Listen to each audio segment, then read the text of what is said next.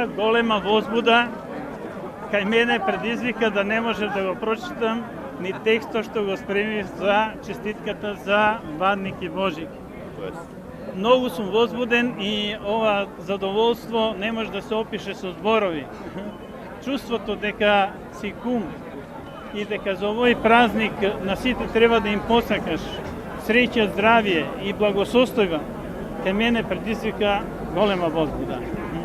Уште еднашка, на сите луѓе што се присутни овде, што се широм светот, и како и секоја година им посакувам многу среќа, многу здравје и спокој во нивните души. Тие и скопјани може да видат дека успешно се справуваме. Главните улици, оние кои што град Скопје е одговорен да ги одржува, се целосно проодни. Успеавме да го доведеме до ниво да немаме снег веќе на коловозот.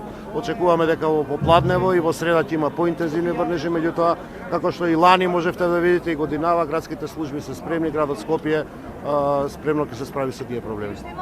Значи јас она што може да го направам како градоначелник, тоа го направив лани, го направив годинава. Апелирам до нашите сограѓани, еден обичај што на крајот на денот и црквата вели дека не е христијански, да го искорениме и заради поздравата животна средина, дружењето да биде со пријателите и со семејствата во еден поинтимен круг. Немаме потреба од вулгаризирање на овие длабоки интимни празници како што се Бадник и Божик.